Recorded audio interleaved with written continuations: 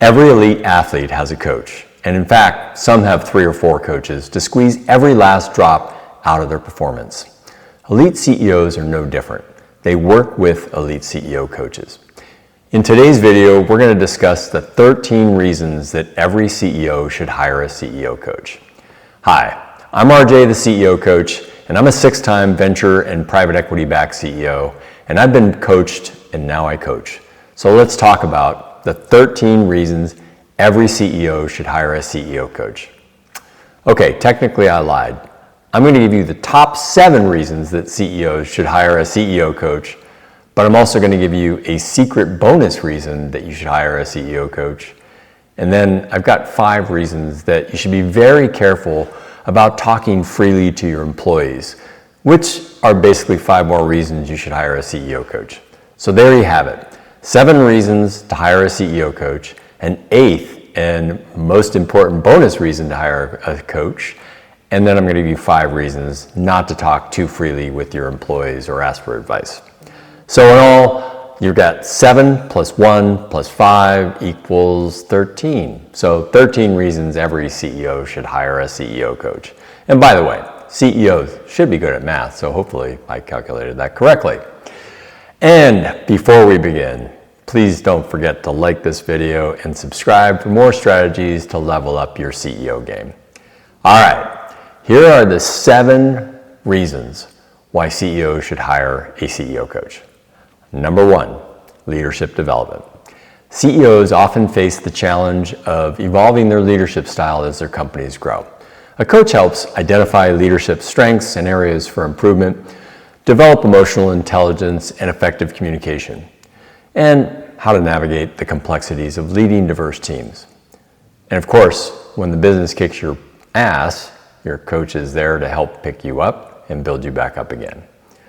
Number 2 reason to hire a CEO coach: visionary thinking and strategic clarity. CEOs must maintain a clear and compelling vision for their company. A coach can help facilitate strategic planning and long-term goal setting, offer a sounding board for new ideas and innovations, and help align the company's vision with the day-to-day operations. It also goes without saying that the coach will also listen to your dumbest and stupidest brain farts and not hold it against you. Number 3 reason to hire a CEO coach: better decision making. High-stakes decisions are part of a CEO's job, and a coach can help provide frameworks for evaluating complex choices, offer unbiased perspectives on critical decisions, develop confidence in navigating uncertainty. And when you make a really bad decision and everybody on your team is too embarrassed to tell you that you made a bad decision, well, that's where the coach comes in too.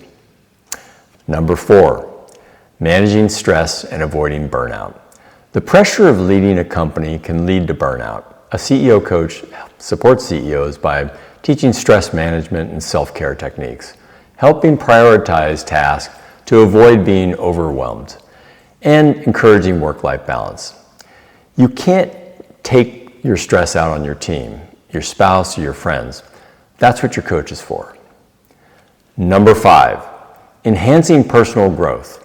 CEOs are lifelong learners, and a coach promotes continuous growth by challenging your limiting beliefs and fostering a growth mindset, helping improve interpersonal skills and self-awareness, offering tools to build resilience and adaptability. Now, those are technically the right things about growth that I'm supposed to say as your coach, but sometimes I'm also just going to tell you to grow the F up. And you'll be okay with that, because it's just us and it's a safe place. Number 6, navigating transitions. CEOs often seek guidance during pivotal moments, such as scaling the company from startup to mature organization, or preparing for M&A, a financing, or even an IPO, or planning for a company exit, or even a leadership succession plan. I have news for you. You won't always be here, and it's your job to make sure your company survives long after you depart, just in case you get hit by a UPS truck. Number 7, accountability and focus. Coaches act as accountability partners, ensuring you as the CEO stays focused by setting clear, actionable goals and tracking your progress, encouraging follow-through on your commitments, and providing consistent feedback and motivation. All right, brass tacks here. Sometimes you need hard coaching too, and tough love. Your team can't give you that kind of feedback. You don't want your board giving you that feedback either, because you might get fired. But your coach can give you that kind of hard, tough love.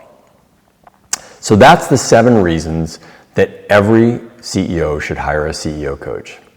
But wait, remember I told you there's that bonus, the 8th and final bonus reason to hire a CEO coach. We'll get to that in a second. Before we do, don't forget to like this video and subscribe. Appreciate that. All right, the 8th and bonus reason why you should hire a CEO coach. It's pretty simple. Because you can't and shouldn't talk to anyone else in your organization about your deepest, darkest, and frankly, stupidest ideas. Worse, you shouldn't be telling people in your company how you feel. And you really shouldn't be telling them how you really feel. Think about it. Think of all the employees in your team that come to you for advice. And think about all the people on your exec team that always ask you for advice. You give it freely without ever thinking about it.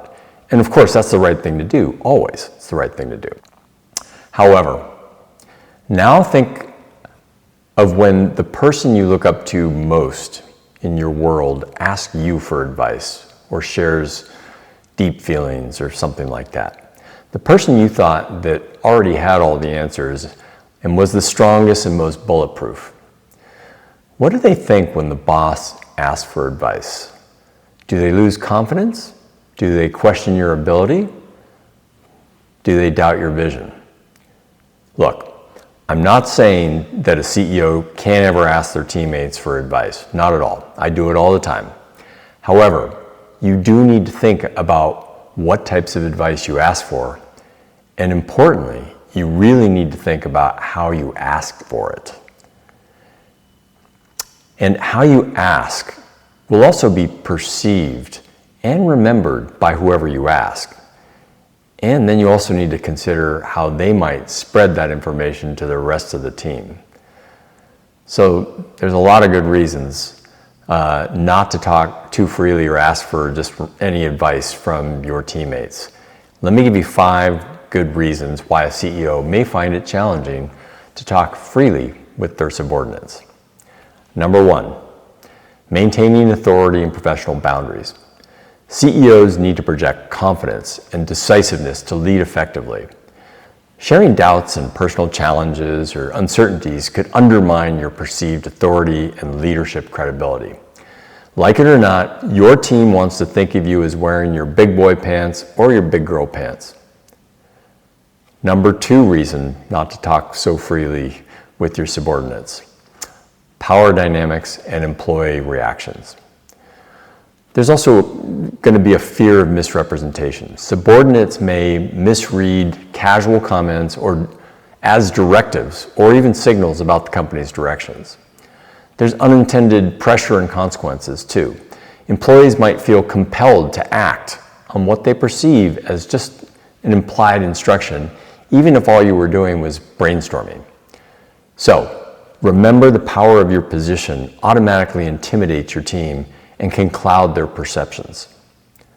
Number 3, sensitivity of confidential information. CEOs are often privy to all kinds of sensitive matters such as upcoming layoffs, acquisitions, or even financial instability or troubles that the company is facing.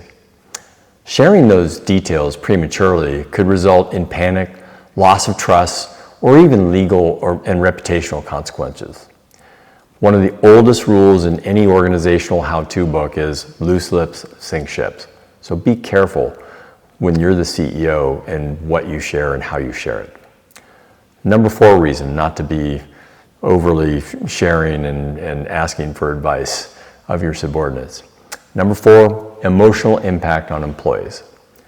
Expressing frustrations or concerns could unnecessarily burden employees or create anxiety. For example, sharing fears about market conditions might distract or demotivate staff, even if all you're doing is venting. Do you really think your employees want to see their leader scared or nervous? Well, that's the fastest way to ensure that a lot of your team is updating their LinkedIn profiles. The number 5 reason not to share too much or ask for advice from your subordinates. Risk of bias or favoritism. Being overly candid with specific individuals or teams could lead to perception of favoritism. This can erode team cohesion, create resentment, or foster workplace politics. Having an external outlook like a coach enables a CEO to share openly without the risk associated with doing so within the organization. Okay, so those are the 5 reasons not to treat your employees like your coach and ask for too much advice. Okay, we're at the end of our 13 reasons to hire a CEO coach, but before we do, don't forget to like this video and subscribe. And also, if you want to learn more about CEO coaching, please feel free to visit our website, www.inclinecapital.net, where I'll show you how to climb the CEO mountain and reach the summit of CEO success. We'll sum this up with one last bit of advice. Hiring a CEO coach is an investment in both the CEO and the company's success. A skilled coach offers a blend of expertise, objectivity, and support, enabling you as a CEO to perform at your highest potential. And a CEO coach can help you avoid some awkward and embarrassing, potentially career-ending discussions with employees and board members. But more to the point, a CEO coach can help make a great CEO into an elite CEO. That's it. Thank you for watching.